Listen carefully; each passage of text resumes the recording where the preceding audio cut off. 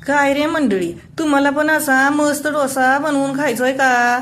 चला तर माझ्यासोबत या, मी तुम्हाला कसा बनवायचा ते शिकवते. सर्वप्रथम आपण ना असा डोश्याचा तवा गरम करून घ्यायचा.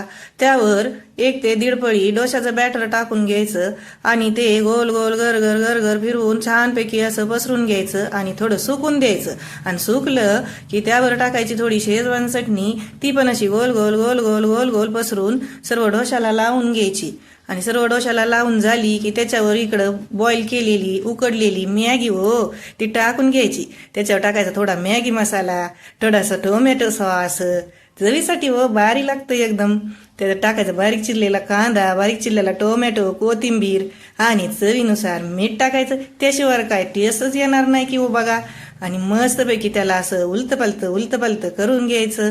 आणि असं उलतपलत करून घेऊन आपलं 2 ते 3 मिनिटं चांगलं बारीक गॅसवर शिजवून घ्यायचं. मस्त पैकी क्रिस्पी करारा मॅगी मसाला डोसा तयार झाला.